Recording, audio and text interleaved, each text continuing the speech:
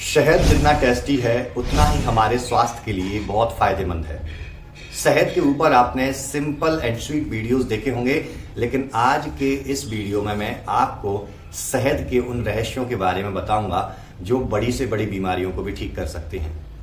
जी हाँ, डायबिटीज जहां पर मीठा खाने को मना किया जाता है, शहद की रिसर्च हुई है और आयुर्वेद में भी मधु के नाम से इसको वर्णित किया गया है और डायबिटीज के ट्रीटमेंट में इसका प्रयोग किया गया है। तो वीडियो में लास्ट तक बने रहिए। शॉर्ट एंड स्वीट वीडियो होने वाला है और आपको अच्छी खासी इंफॉर्मेशन इसके द्वारा मिलेगी। दोस्तों, मैं हूं डॉक्टर शैलेंद्र शर्मा और मैं एक आयुर्वेदिक प्रैक्टिशनर हूं। मैं आयुर्वेद के थ्रू डिफरेंट टाइप की डिजीज का ट्रीटमेंट करता हूं। दोस्तों, जितना मेरा एक्सपीरियंस है और मेरी आयुर्वेद की नॉलेज है और जितने मैंने रिसर्च आर्टिकल्स पढ़े हुए हैं, उसके अकॉर्डिंग शहद एक बेस्ट ऑप्शन होता है बहुत सारी डिजीजेस में। शहद को एक अमृत के समान दर्जा दिया गया है। हमारे आयुर्वेद में मोस्टली मेडिसिन्स को शहद के साथ खाने को बोला जाता है। जैसे आपके रेस्पिरेटरी ट्रैक्ट की समस्याएं हो, वायरल इन्फेक्शन हो, ट्यूबरकुलोसिस के इन्फेक्शन हो, बहुत लंबी खांसी हो, या आपको श्वास लेने में प्रॉब्लम हो जिसको अस्थमा या सीओपीडी कहते हैं, या थ्रोट कंजेशन हो, या गले में किसी प्रकार का इन्फेक्शन हो। दोस्तों, यहां पर हम शहद को पिप्पली चूर्ण के साथ जब देते हैं तो ये रेस्पिरेटरी ट्रैक्ट के डिसऑर्डर्स में रिलीफ देता है, गले में जो भी इन्फेक्शन होता है उसमें रिलीफ देता है, खांसी की समस्या को समाप्त करने का कार्य करता है और साथ में जो कफ जमा होता है उसको बाहर निकालने का काम करता है। शहद के अंदर बहुत अच्छी क्वालिटी के एंटीऑक्सीडेंट होते हैं जो शहद के गुणों को बहुत अच्छा बनाते हैं।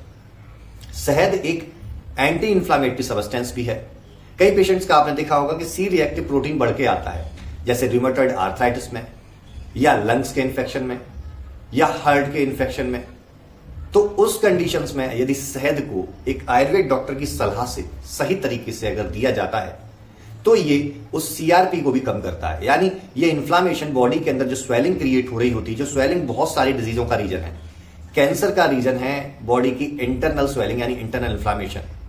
हार्ट डिजीज का है हमारी खून की नलियों में जब इन्फ्लामेशन होता है तो उसकी वजह से हमारी खून की नलियों के अंदर जो एंडोथेलियम लेयर होती है वो ब्रेक होने लगती है और उसकी वजह से ब्लड प्रेशर बढ़ने लगता है। शहद के अंदर ये गुण देखे गए हैं कई पेशेंट्स पर ट्रायल करने के बाद। यदि आप इनकी रिसर्च पेपर चाहते हैं तो मैं डिस्क्रिप्शन बॉक्स में इनकी लिंक दे दूंगा, आप डिटेल में जाके पढ़ सकते हैं। तो कई रिसर्च में ये देखा जा चुका है कि ये हमारी खून की नलियों के सिकुड़ने और फैलने की क्षमता में सुधार करता है, जिससे ये सिस्टोलिक बीपी और डायस्टोलिक बीपी को बैलेंस करने का काम करता है। साथ में एंडोथेलियम की रिपेयरिंग भी करता है, उसके इन्फ्लामेशन को दूर करता है और ओवरऑल हार्ट की हेल्थ में भी बहुत ज्यादा लाभदायक सिद्ध होता है। शहद के अंदर बहुत सारे न्यूट्रिएंट्स होते हैं, डाइजेस्टिव एंजाइम्स होते हैं, जिसकी वजह से ये हमारी गट हेल्थ के लिए भी बहुत फायदेमंद होता है। हमारी आंतों में कई प्रकार के इन्फेक्शंस होते हैं, इनको क्योर करने के लिए लाभदायक होता है। आईबीएस के पेशेंट्स को देने पर वहां बहुत लाभ मिलता है। पेट में गैस बनना, कॉन्स्टिपेशन होना या खट्टी डकारे आना, इस प्रकार की समस्याओं में तो बहुत ज्यादा बेनिफिट देने वाला होता है। जिन बच्चों को, जिन लोगों को भूख कम लगती है, उनको अगर शहद को पिप्पली चूर्ण के साथ मिला करके दें तो उनकी भूख में बढ़ोतरी देखी जाती है। मोटापे के लिए तो आपने इसका प्रयोग सुना ही होगा कि सुबह आपको एक गिलास गुनगुना पानी लेना है, उसमें 1 चम्मच शहद घोल लेना है और ऊपर से उसमें आधा नींबू निचोड़ लेना है।